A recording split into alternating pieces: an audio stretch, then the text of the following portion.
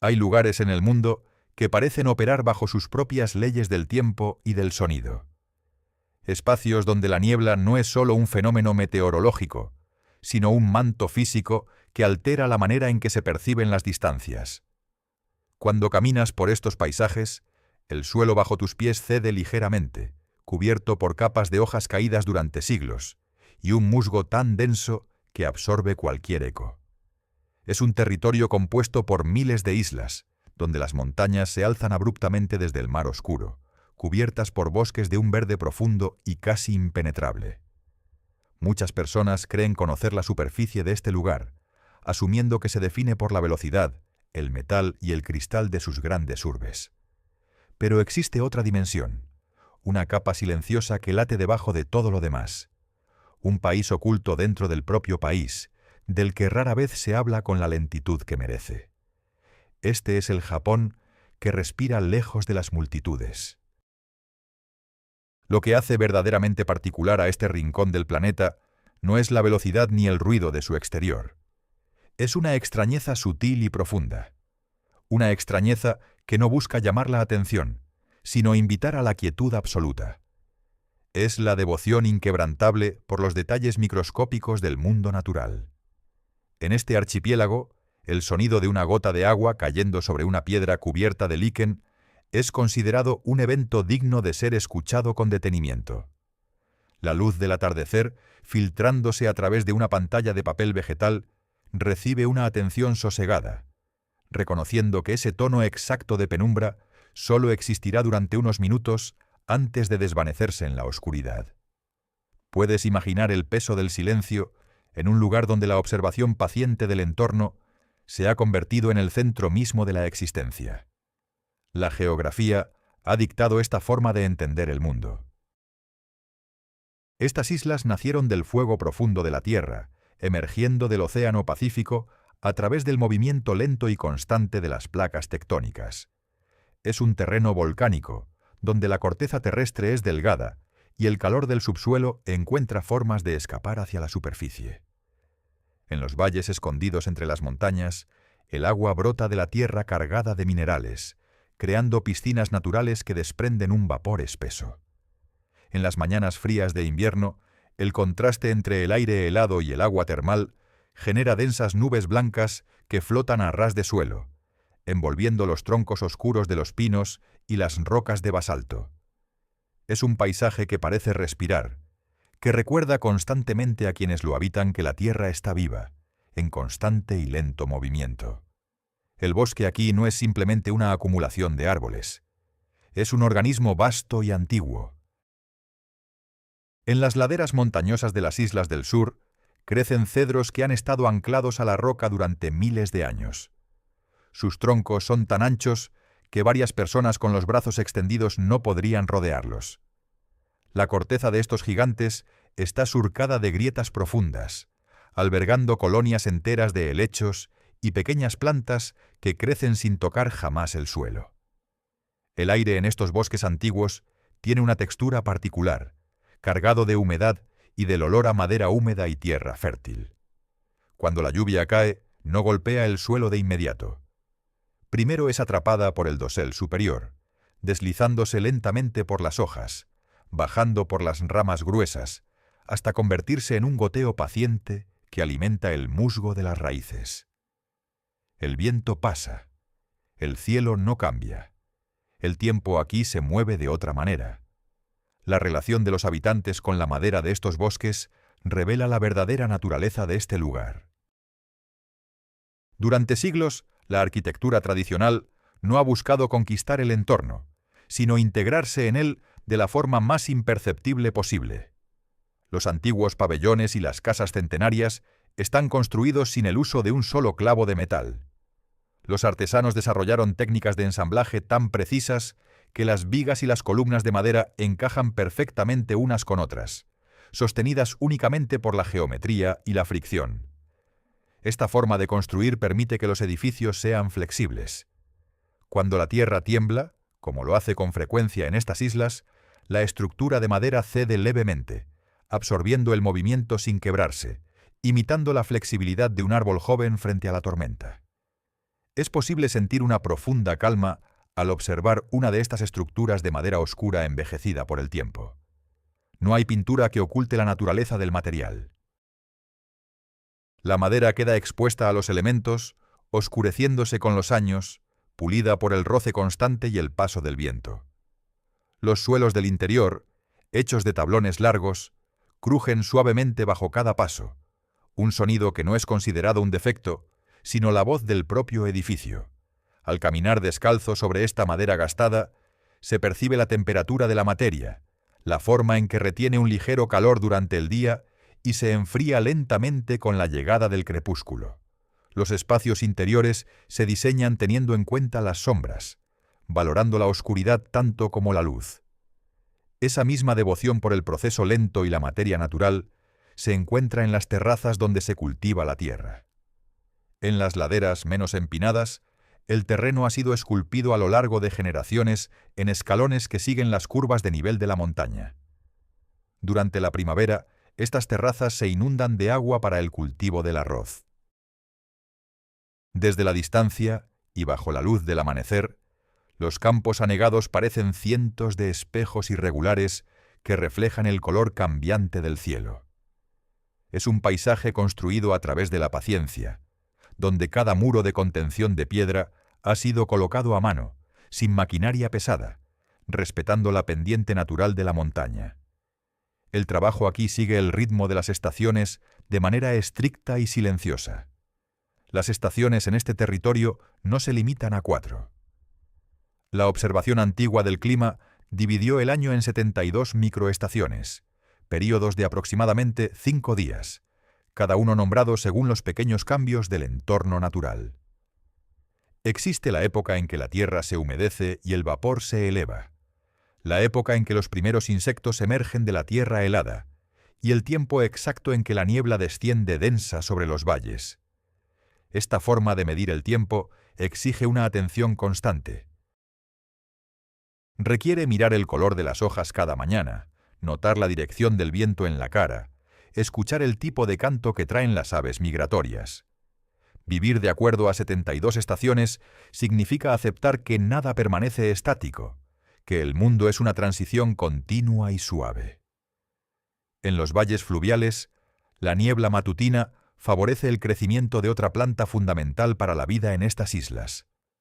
Las hileras de arbustos de té dibujan patrones ondulantes sobre las colinas bajas, como si el paisaje entero hubiera sido peinado cuidadosamente en ondas verdes. La cosecha de las primeras hojas de la primavera es un proceso de precisión absoluta. Los recolectores trabajan en el silencio de la madrugada, cuando el rocío todavía cubre las hojas tiernas. Solo se toman los brotes más jóvenes, aquellos que han crecido bajo la sombra de la niebla, desarrollando un sabor profundo, herbáceo, que recuerda al olor de la tierra mojada después de una tormenta. El procesamiento posterior de estas hojas requiere un control exacto del calor y el secado, deteniendo la oxidación en el momento preciso para preservar el color y el aroma del bosque verde. En las zonas donde el terreno se encuentra con el océano, el paisaje cambia de textura, pero no de ritmo. Las costas son escarpadas, formadas por la lava de antiguas erupciones que se enfrió rápidamente al entrar en contacto con el agua del mar. La piedra volcánica aquí es negra y porosa, tallada por la fuerza constante de las olas del Pacífico. En las pequeñas bahías protegidas del viento, las embarcaciones de madera oscura descansan sobre la arena gris. Los pescadores locales remiendan sus redes en silencio, sus manos moviéndose con la memoria muscular adquirida durante décadas de trabajo continuo. El olor a salitre, a algas secas y a madera mojada llena el aire frío de la mañana. El mar no es solo una frontera, es la fuerza que moldea el clima de todo el archipiélago.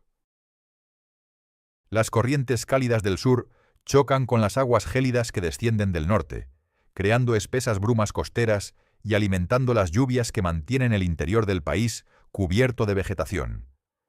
Esta constante presencia del agua, en forma de lluvia, nieve, río o mar, define la textura de la vida diaria. Los techos de las casas tradicionales poseen aleros amplios y profundos, diseñados específicamente para proteger las paredes de las lluvias intensas y para guiar el agua hacia canaletas de piedra. El sonido de la lluvia cayendo desde estos aleros es constante durante semanas enteras en la temporada húmeda, un tamborileo sordo y paciente que invita a permanecer en el interior, observando el exterior a través de las puertas correderas abiertas. El agua fluye suave, el sonido se desvanece, el aire se siente limpio. Cerca de las casas y en los límites de los bosques crecen densos cañaverales. El bambú no es un árbol, sino una hierba gigante que crece a una velocidad casi imperceptible a simple vista, pero implacable. Caminar por un bosque de bambú es entrar en un mundo vertical y filtrado. Los tallos rectos y verdes se alzan decenas de metros hacia el cielo, bloqueando la luz solar directa y sumergiendo el suelo en una claridad verdosa y submarina. Cuando el viento sopla, el bosque entero entra en movimiento. Los troncos huecos de bambú chocan entre sí produciendo un sonido hueco, rítmico, similar al de instrumentos de percusión de madera tocados a lo lejos. Al mismo tiempo, las hojas finas en lo más alto susurran como el agua de un arroyo rápido. Es un entorno de una quietud sonora, donde el ruido del exterior no logra penetrar la muralla de tallos verdes. La resistencia de este material es otra de las razones por las que la vida aquí se ha desarrollado de esta manera. El bambú se dobla casi hasta tocar el suelo bajo el peso de la nieve invernal o la fuerza de los vientos, pero rara vez se quiebra. Esta cualidad de ceder sin romperse ha inspirado a innumerables artesanos. En pequeños talleres con suelos de tierra batida, manos expertas cortan, pelan y trenzan finas tiras de bambú verde para crear cestas de una complejidad matemática. El tejido es tan apretado y regular que resulta difícil creer que esté hecho a mano, sin más herramientas que un cuchillo afilado y décadas de paciencia. El artesano no fuerza el material, trabaja siguiendo la fibra natural, escuchando la tensión de la madera, sabiendo exactamente cuánta presión aplicar antes de que la tira se parta. Esta aceptación de la naturaleza de los materiales se refleja también en la forma en que se tratan los objetos rotos. En lugar de desechar una taza de cerámica agrietada, existe una antigua técnica para repararla utilizando laca natural mezclada con polvo de oro. El proceso toma semanas, ya que la laca debe secarse lentamente en un ambiente de humedad controlada. El resultado final no intenta ocultar la fractura, sino que la ilumina. Las líneas doradas recorren la superficie de la cerámica como las vetas de un mineral en la roca, o como los afluentes de un río vistos desde muy alto. La pieza reparada se considera a menudo más hermosa que la original, porque ahora lleva consigo la historia de su uso, su accidente y su paciente restauración. Es la materialización de una idea profunda, que las marcas del tiempo y del desgaste no son defectos que deban borrarse, sino registros de existencia que merecen ser honrados. Lejos de los talleres y las aldeas, los viejos caminos de comercio cruzan las montañas centrales. Estos senderos, empedrados siglos atrás, atraviesan pasos elevados y descienden por gargantas estrechas. La piedra bajo los pies ha sido redondeada y pulida por el paso de innumerables viajeros, mensajeros y comerciantes a lo largo del tiempo. En las zonas más umbrías del camino, grandes formaciones de roca volcánica están completamente envueltas en diferentes especies de musgo. Cada variedad de musgo requiere condiciones muy específicas de luz y humedad para prosperar. Algunos crecen como cojines densos y aterciopelados de un verde luminoso, mientras que otros se extienden en formas estrelladas, casi oscuras, aferrándose a las grietas donde se acumula la poca tierra disponible. El agua que nutre este manto de musgo no proviene únicamente de la lluvia reciente, sino de un viaje mucho más largo y profundo. En estas montañas, una sola gota de agua puede tardar décadas en filtrarse a través de las capas de roca volcánica porosa antes de emerger nuevamente a la superficie. Cuando finalmente brota en forma de manantial, el agua es de una pureza absoluta y de una temperatura glacial, incluso en los meses de verano. Estos pequeños arroyos cruzan los bosques creando una red de venas transparentes que descienden hacia los valles. El sonido del agua corriente es constante, un murmullo de fondo que se entrelaza con el susurro del viento entre los pinos y el canto intermitente de los pájaros escondidos en la espesura.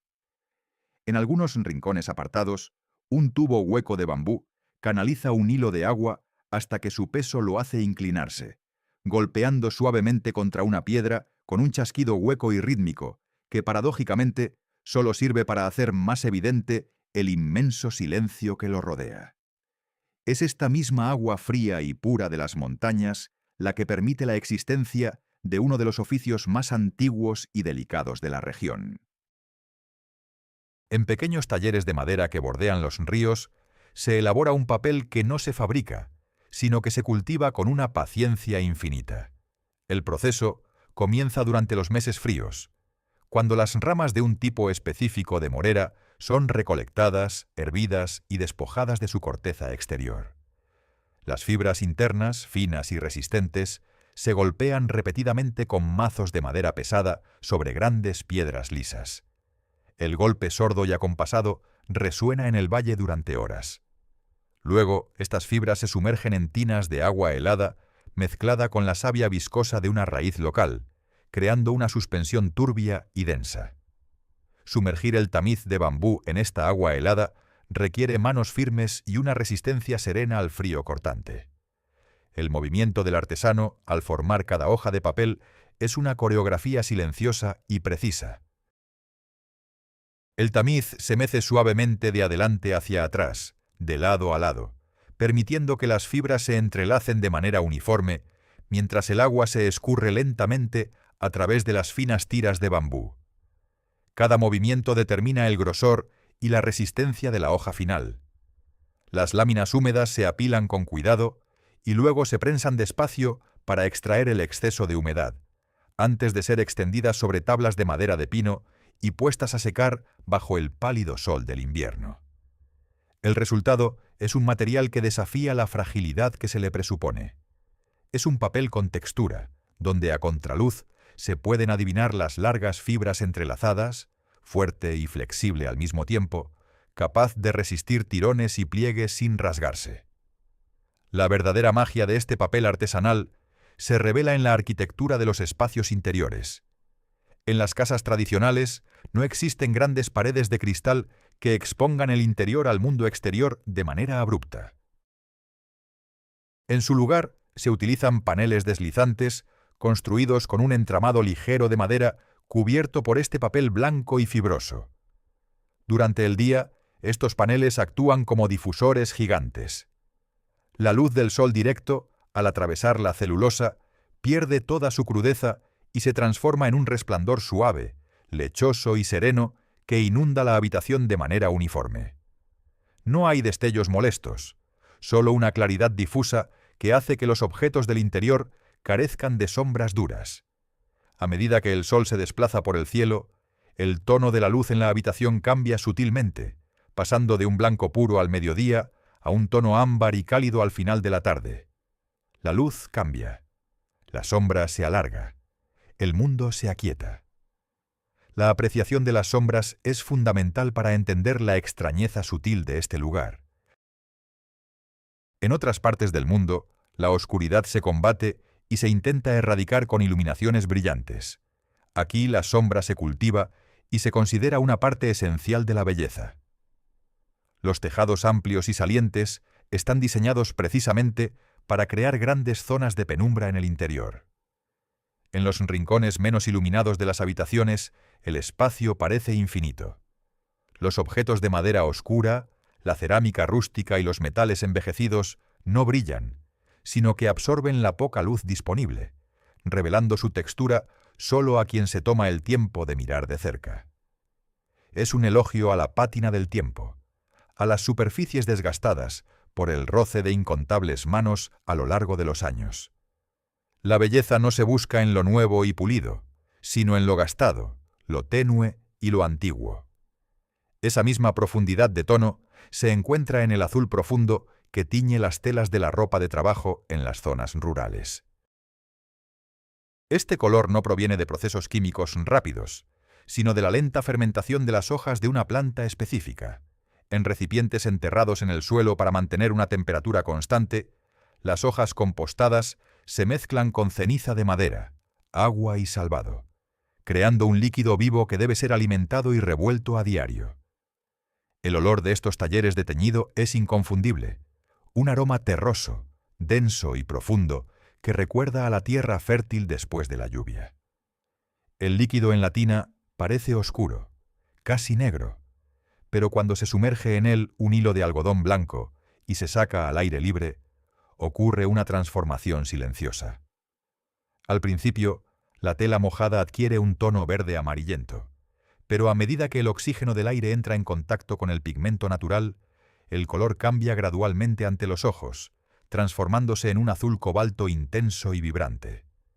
El proceso se repite una y otra vez: sumergir, escurrir, airear. Para conseguir el tono más oscuro, conocido como el azul del océano profundo o el color de la noche, la tela debe pasar por este ciclo decenas de veces. Es un trabajo físico y monótono, donde el artesano termina con las manos teñidas de azul durante meses, fundiéndose literalmente con su oficio. La tela resultante no solo posee un color de una profundidad inigualable, sino que el tinte natural la fortalece, haciéndola más resistente al desgaste y al paso del tiempo.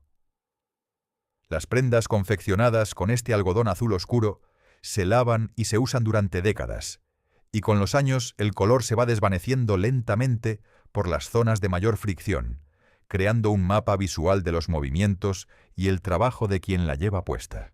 Lejos de los talleres de los artesanos, en espacios delimitados por altos muros de barro seco coronados con tejas, existe una manifestación de la naturaleza que prescinde por completo del agua y de la vegetación exuberante.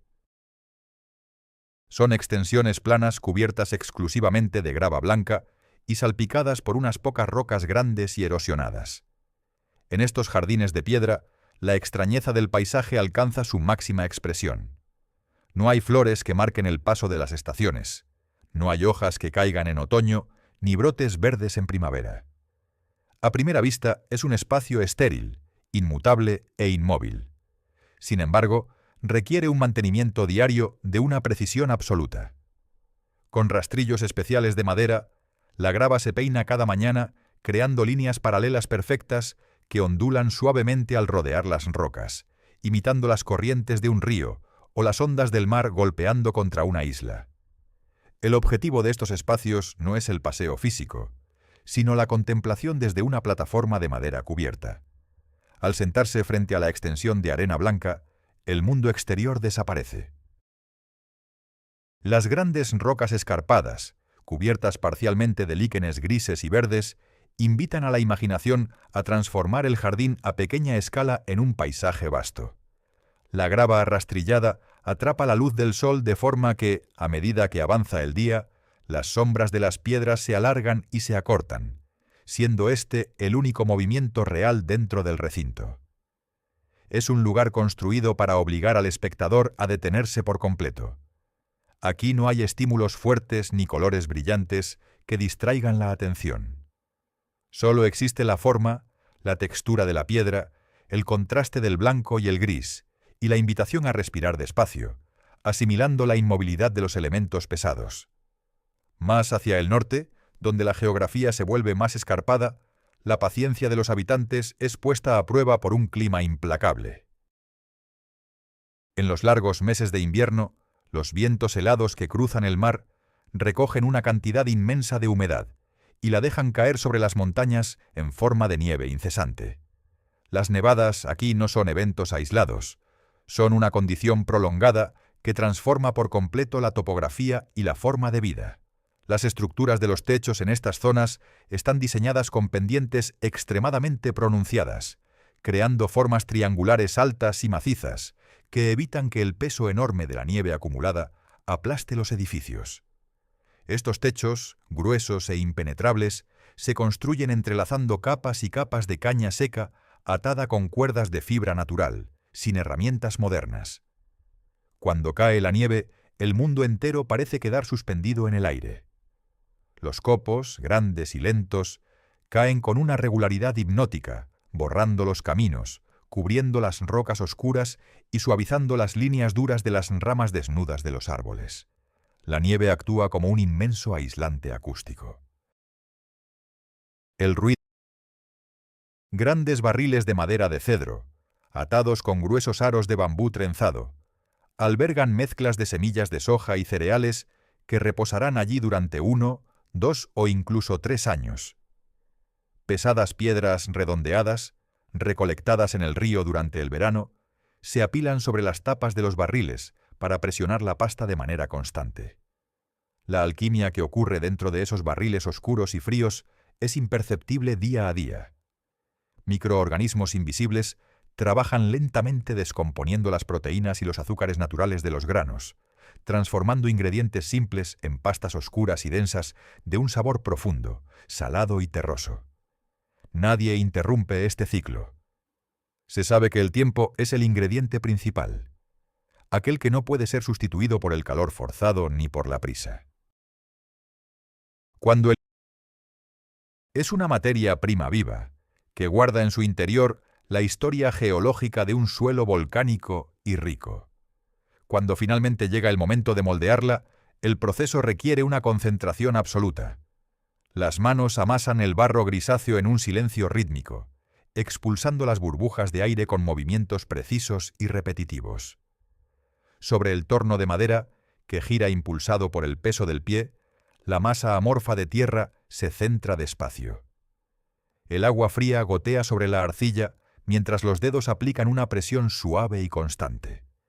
Las paredes del recipiente suben lentamente, afinándose, cediendo a la fuerza centrífuga, pero contenidas por la firmeza de las manos.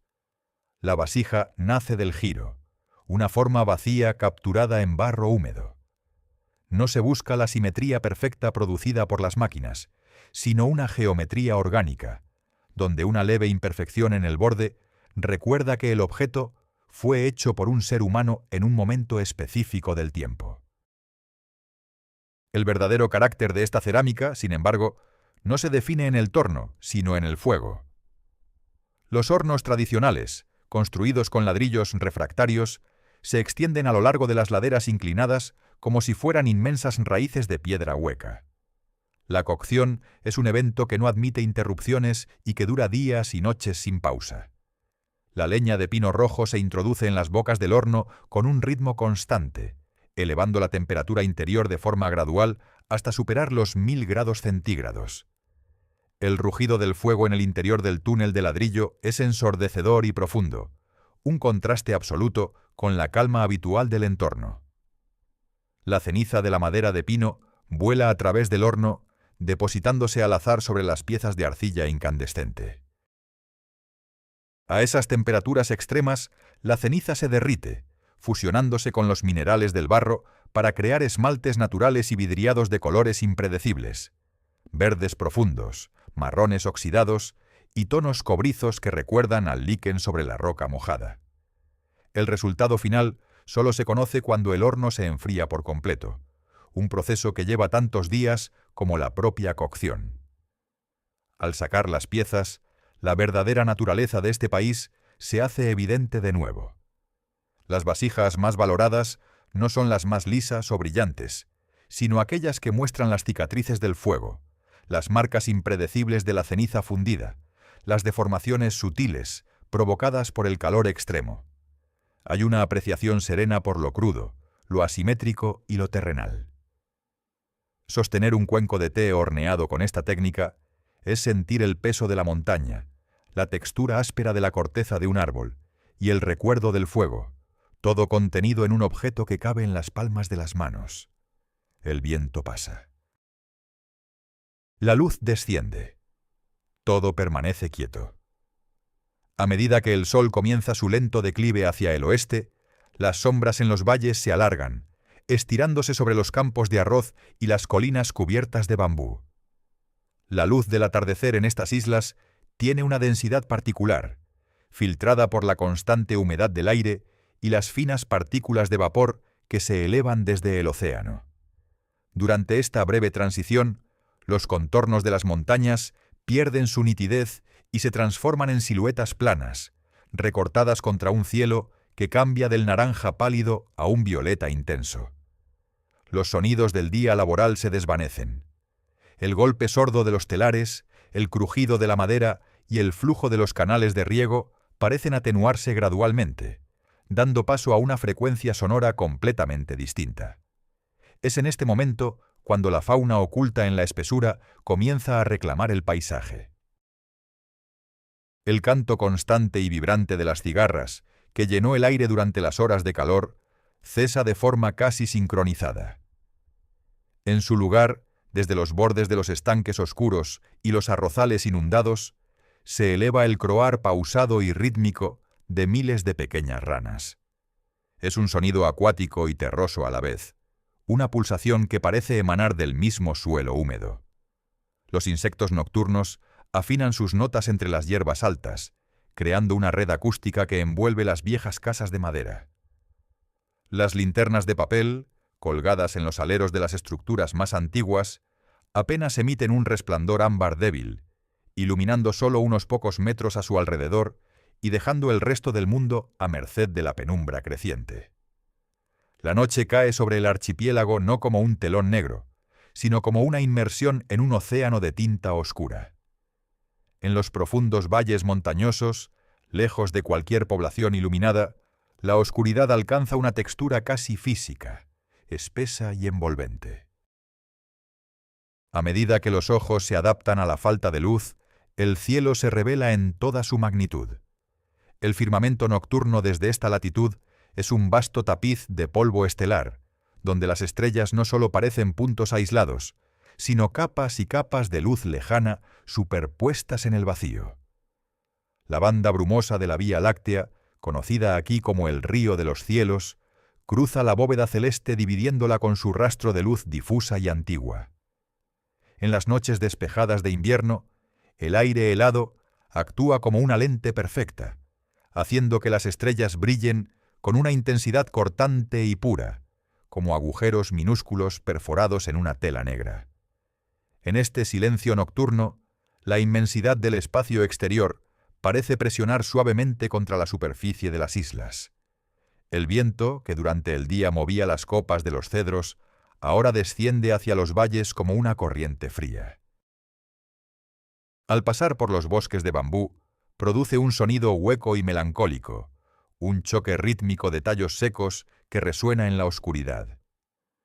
Puedes imaginarte de pie en medio de esta quietud absoluta, sintiendo el aire fresco de la noche en el rostro. Cada sonido aislado, ya sea la caída de una piña sobre el lecho de agujas del bosque, el crujido repentino de una tabla de madera vieja contrayéndose por el frío, o el llamado solitario de un ave rapaz a lo lejos, no rompe el silencio. Por el contrario, subraya su profundidad inabarcable. Es un silencio paciente, un lienzo vacío sobre el que la naturaleza dibuja trazos fugaces de sonido. Hacia la costa, la noche asume otro ritmo. El océano Pacífico, invisible en la negrura, anuncia su inmensa y pesada presencia a través de un estruendo sordo y rítmico. Las olas, formadas a miles de kilómetros de distancia en mar abierto, viajan durante días hasta chocar contra las rocas volcánicas negras de los acantilados. El sonido del impacto es profundo, un bajo continuo que hace vibrar levemente el suelo bajo los pies, seguido por el siseo espumoso del agua al retirarse entre los guijarros lisos de la playa. Mirar hacia el mar en la oscuridad es asomarse a un abismo horizontal, un vacío donde no existe frontera discernible entre la masa de agua y la bóveda del cielo. Solo la luz pálida de las estrellas se refleja fragmentada en la superficie en movimiento constante. Bajo la inmensidad de este cielo estrellado y frente al peso invisible del océano, la extrañeza sutil de este país por fin cobra sentido. Todo aquello que parecía inusual o excesivamente meditado durante el día, la devoción por el musgo, la lentitud del teñido, el papel cultivado, los jardines de grava estéril, la adoración por las sombras, no es más que un intento constante y sereno de alinearse con este ritmo inmenso. No es un país extraño por capricho. Es un territorio que ha aprendido, a través de milenios de terremotos, nieblas, lluvias monzónicas y largos inviernos, que la única manera de habitar la Tierra es prestando atención a lo más pequeño, cediendo ante la fuerza de lo incontrolable y aceptando que somos una fracción minúscula en el vasto y lento respiro del universo. La comprensión no requiere de explicaciones adicionales. Llega a través de la piel, a través de la temperatura del aire que desciende lentamente de las montañas nevadas, a través de la fragancia a tierra húmeda que la humedad de la noche levanta del suelo oscuro. La calma se asienta en la mente con el mismo peso suave que la escarcha, formándose sobre una hoja caída. Todo el ruido del mundo moderno, la velocidad y la urgencia, se desvanecen por completo en este rincón del planeta, disueltos en la inmensidad de la noche. Solo queda la geografía desnuda, el paso del tiempo grabado en la madera vieja y la respiración pausada del mar en la distancia. El frío se asienta. El firmamento gira lentamente. En la quietud de un estanque escondido, la superficie negra del agua refleja una sola y distante estrella temblando en el reflejo, hasta que una hoja de bambú cae, rompiendo la imagen en círculos perfectos que desaparecen en el silencio.